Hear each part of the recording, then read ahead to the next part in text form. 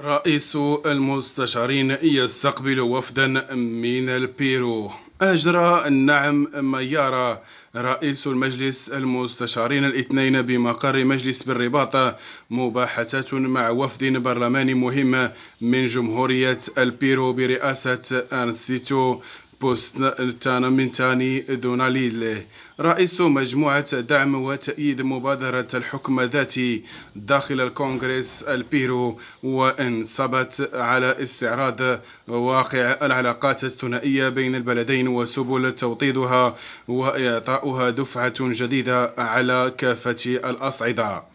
وفي هذا السياق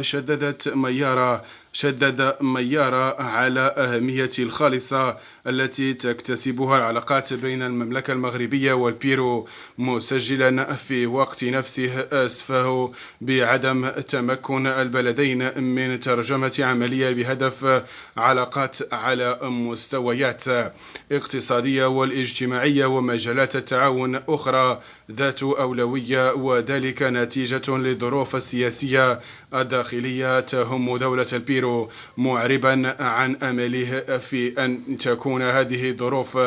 عابرة وأن لا يكون لها تأثير على استمرار العلاقات الثنائية.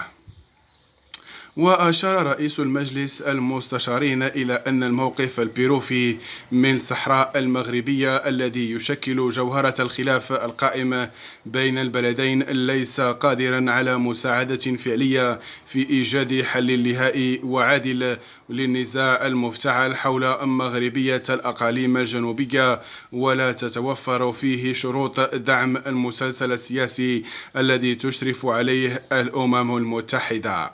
وبعد أن وضع وفد البيروفي في صورة الأوضاع الإنسانية للمحتجزين في مخيمات تندوف من طرف جماعة انفصالية تخدم أجندة دولة أخرى، أكد ميارة أن الدولة المعنية بملف مطالبة اليوم بإعطاء جانب الإنساني والاهتمام اللازم أكثر من الجانب السياسي، وتبني مواقف حيادية كافية بتقديم دعم حقيقي لمساعي ومجهودات الرامية إلى إيجاد حل واقعي مستدام يرضي جميع من هم في هذا السياق، بمبادرة الاستشرافية للكونغرس البيروفي بتشكيل مجموعة دعم وتأييد مبادرة مغربية للحكم الذاتي. وبمناسبة شدد رئيس المجلس المستشارين على قناعته التامة بأن مقترح الحكم الذاتي موسع الذي اقترحه المغرب يشكل حلا واقعي وأمثل ومستدام من أجل تثبيت سلام وتحقيق التنمية بالمنطقة، لما يحظى به من دعم دولي متواصل بحكم جديته ومصداقيته وانطباقه من إرادة الساكنة الصحراوية واندراجه ضمن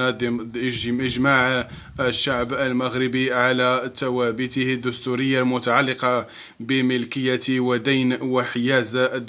خيار الديمقراطي ووحدة الترابية للمملكة. تحدث ميارة من جهة أخرى على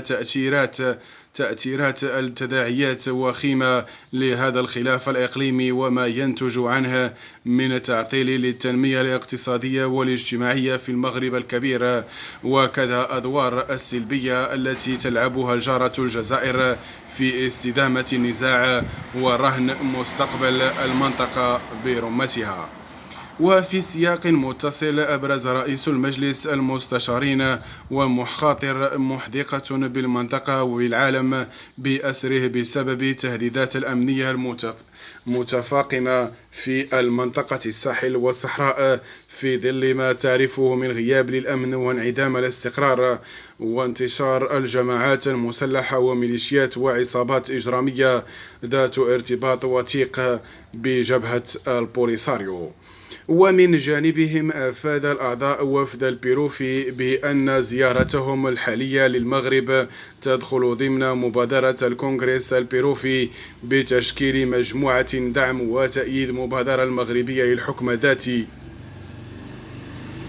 مؤكدين أن تأسيس هذه المجموعة هو تجسيد لقناعاتهم بأن الحكم الذاتي يبقى حل الواقع والوحيد للنزاع المفتعل حول الصحراء المغربية. وأوضح الوفد البيروفي أن هذه الزيارة تندرج كذلك في إطار تحول العالم الذي تعرفه جمهورية البيرو، وفي ظل تجاوز الظروف السياسية التي أفضت إلى تبني موقف سياسي يتعارض مع العلاقات التاريخية والمتميزة بين البيرو والمغرب. مؤكدين في هذا الإطار أن هدفهم الرئيسي يمكن في إعداد تقرير مفصل حول حقيقة الوضع في الأقاليم الجنوبية سيتم رفعه إلى مسؤولين الجدد في البلد من أجل اتخاذ ما يلزم من مبادرات واستعادة الوضع السابق لعلاقات الثنائية، لا سيما عبر مراجعة موقف البيرو في قضية الصحراء متخذا في عهد الرئيس السابق. وعبر أعضاء الوفد عن أملهم في تمكن من باستجماع كل الشروط المناسبة لاحتفاء خلال السنة المقبلة بذكرى 50 لإقامة العلاقات الثنائية، بما يتماشى مع عراقة وتميز روابط الأخوة والصداقة التاريخية بين البلدين،